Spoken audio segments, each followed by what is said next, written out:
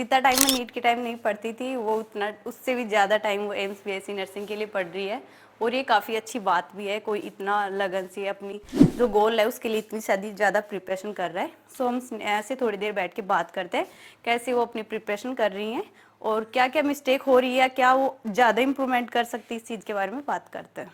Hello everyone, जो भी बच्चे अभी 12th स्टैंडर्ड में है या फिर 11th में है और उनका भी ड्रीम है कि वो एम्स में सिलेक्शन ले, तो वो किस तरीके से अपनी स्टडी करें, साथ ही अपना गोल है उसको कैसे अचीव कर सके और फर्स्ट अटेम्प्ट में एम्स बीएससी नर्सिंग में कैसे सिलेक्शन ले, उसके लिए आपको कैसे स्ट्रेटजी अपनानी है और कैसे प्रिपरेशन करनी है, आज अपन इस वीडियो के थ्रू जानते हैं। हेलो एवरीवन, मिलिए स्नेहा से जो अभी 12th स्टैंडर्ड में और साथ ही एम्स बीएससी नर्सिंग की भी प्रिपरेशन कर रही हैं।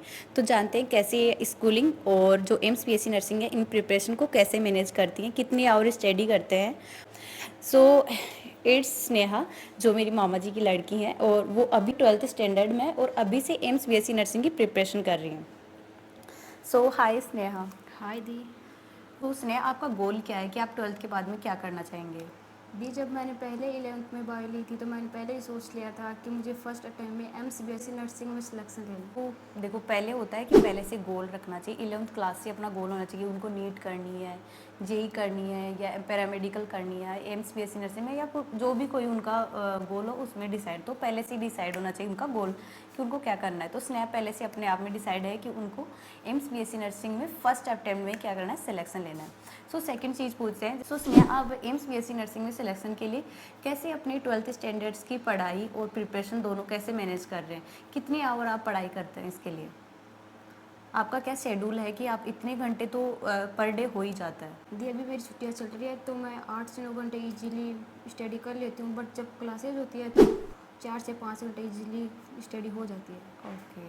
तो स्नेहा अभी जैसे वेकेशन चल रही हैं तो 8 से 9 घंटे पढ़ती है, बट जब क्लासें भी होती हैं तब भी वो कोशिश करती है कि 4 से 5 घंटे वो पढ़ाई, और 4 से 5 घंटे पढ़ाई करना ज़रूरी भी है क्योंकि पूरा सिलेबस आता है 11th का 12th का, तो उन सब पे सबको कवर करने के लिए इतने आवर तो आपको देने ही होंगे। तो स्नेहा, क्या क्या आप उसके लिए प्रिपरेशन कर रहे हैं, कैसे अपने सारे सब्जेक्ट को आप कवर कर रहे हैं, या फिर जो फिजिक्स केमिस्ट्री बायोलॉजी है उसके अलावा आप अभी से जीके प्रिपरेशन कर रहे हैं, कैसे क्या आप प्रिपरेशन कर रहे हैं, ज़रा बताइए।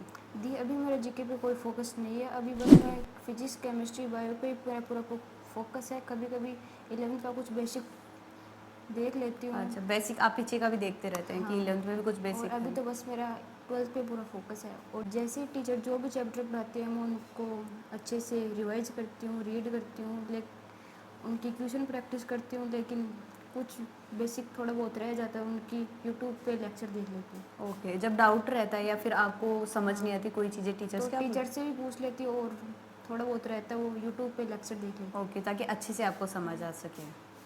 सो जैसे स्नेहा ने बताया कि वो 11th 12th पे अभी फोकस करिए, और वो ठीक भी है क्योंकि जीके क्या है कि अभी ज़्यादातर करंट जीके आता है, तो लास्ट में जो भी 2 मंथ हो या 3 मंथ हो आप उसमें अच्छे से कवर कर सकते हैं। बट जो आपको 30 क्वेश्चन आते हैं फिजिक्स केमिस्ट्री एंड बायोलॉजी के, उन पर फोकस रखना ज़्यादा ज़रूरी है। तो आप उनकी प्रिपरेशन अच्छे से रखिए। साथ में जैसे स्नेहा ने बताया कि वो बेसिक भी पीछे से देख रही है 11th 12th का, तो वो भी आपको बार बार देखते रहना है और रीड करते रहना है। सो स्नेहा, आपने क्या प्रिपरेशन के लिए ऑनलाइन या ऑफलाइन कोई कोचिंग ज्वाइन कर रखी है कि आप स्कूलिंग के साथ में कोई कोचिंग भी ज्वाइन कर रखे हैं या फिर स्कूलिंग ही चल रही है आपकी? ये अभी मेरी सिर्फ स्कूलिंग चल रही है, मैंने कोई कोचिंग ज्वाइन नहीं कर रखी, बट मैं सोच रही हूँ कि कोई टेस्ट सीरीज ज्वाइन कर लूँ ताकि मेरी ट्यूशन प्रैक्टिस भी हो जाए और एग्ज़ाम प्रिपरेशन भी हेल्पफुल हो जाए। Very good. सो अभी जैसे स्नेहा ने बताया कि अभी उन्होंने कोई कोचिंग ज्वाइन नहीं कर रखी, बट वो चाहते हैं कि टेस्ट सीरीज ज्वाइन कर रखी क्योंकि इतनी क्वेश्चन प्रैक्टिस स्कूलिंग में होती नहीं है। सो ये इनका एक अच्छा डिसीजन है। और जैसे जो भी बच्चे अभी 12th स्टैंडर्ड में है या फिर 11th क्लास में है या 12th पास आउट है और उनका ड्रीम है एम्स बीएससी नर्सिंग में सिलेक्शन लेना या पैरामेडिकल में, तो वो उनको 5 से 6 घंटे पर डे स्टडी करनी पड़ेगी, मल्टीपल रिवीजन करना होगा, साथ में कोई भी एक टेस्ट सीरीज ज्वाइन करनी होगी। अदर कोई भी एडिशनल बुक अपन को यूज़ नहीं करनी है क्योंकि एनसीईआरटी पे फोकस रखना है, और उसने आपको भी एनसीईआरटी पे ज़्यादा फोकस रखना है। एंड साथ ही टारगेट रखना है कि आपको 70+ क्वेश्चन तो अटेंड करने हैं क्योंकि 100 मार्क्स का पेपर होता है, उसमें 70+ आपके अगर क्वेश्चन राइट हैं तो आपको एम्स बीएससी नर्सिंग में पैरामेडिकल में सिलेक्शन लेने से कोई नहीं रोक सकता। सो ऑल द बेस्ट सभी को, एंड आई होप सभी अच्छे से प्रिपरेशन कर रहे होंगे।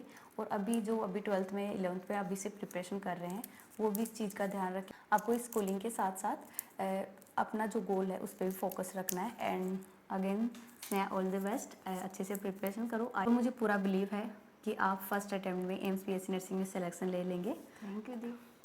Welcome, bye bye.